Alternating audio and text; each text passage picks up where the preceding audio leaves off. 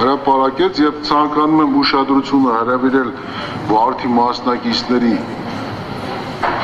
այն հանգամանքի վրա, որ խոսքը վերաբերվում էր այն անձին, որ նոր պատգամավորի կարգավիճակ է ստացել։ Նորից եմ կրկնում, Արթուր Սարգսյանը ունի պատգամավորի կարգավիճակ եւ շարունակաբար, այո, օգոստոսի 2-ից էլ ընթանում է նրա պատգամավորի կարգավիճակը։ Այդպես ասենք, արդեն 9-րդ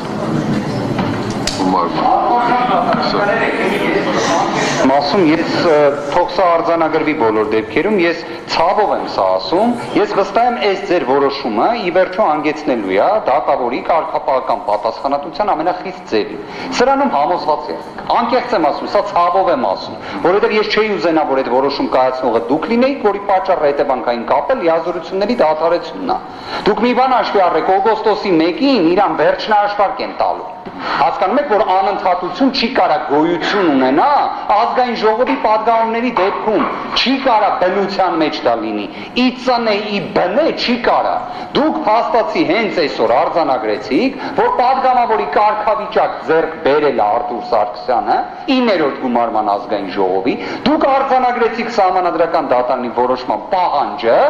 բայց դուք դրա իրավական հետևանքը չապահովեցիք։ Այն, որ միակ խնդրանք էլի, եթե հնարավոր է։ Ուղղակի ինձ է ստացվում իմ որպես փաստաբան գործունեությանս ժամկետն էլ ավարտին մոտենում։ Խնդրում եմ հնարավորության դեպքում որոշումը, որը քրեական դատավարության օրենսգրքով պարտավոր եք տալ անհապաղ, կտակ անհապաղ, եթե առաջ Աստված ունենանք հնարավորություն վերաքննիչի որոշումը շուտ լինի, որը ունենալու է, բայց վստահաբար դատավորի նաև կարգապահական պատասխանատվության հիմքը, իդեպ անկախ վերաքննիչի որոշումից էլ միանշանակ ձեր դեմ հաղորդում պետք է ներկայացվի, թե արդյոք այս ամենը ձեր որոշումը այս ձևով, այս տրամաբանությամբ կամ տրամաբանությունից շեղված, պայմանավորված է նրանով, որ ձեր նկատմամբ նաև կարգապահական պատասխանատվության միջոց է կիրառվել ըստ զանգվածային լրատվության միջոցների։ Ես չգիտեմ, բայց այդտեղ շատ մեծ ողջամիտ կապ եմ տեսնում։ Այսքանը ես անկեղծորեն եմ ասում, թող սա չլինի մեր դատական իշխանությանը ընկալելու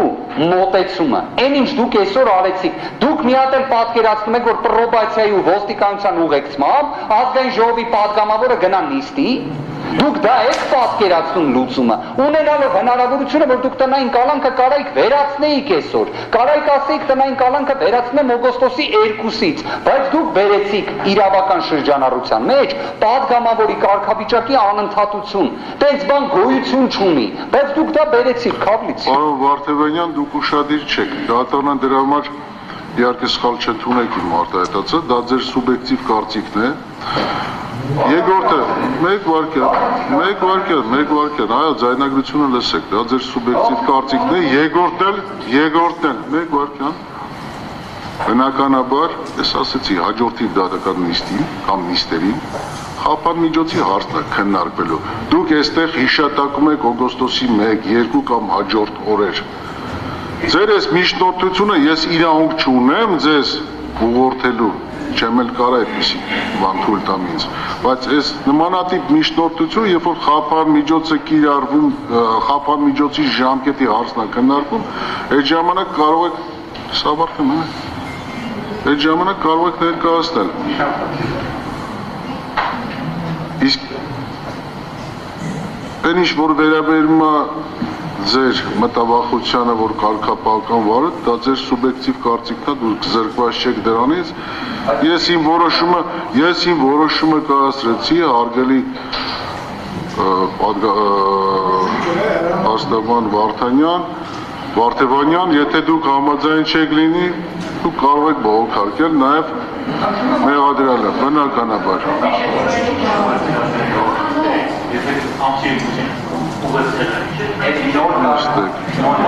Նստեք, լավ, ես նորից եմ կրկնում, եթե նման անհրաժեշտություն կլինի, կդիմի դատարանը կքննարկի այդ հարցը, դատավորության մասնակիցներ ժամը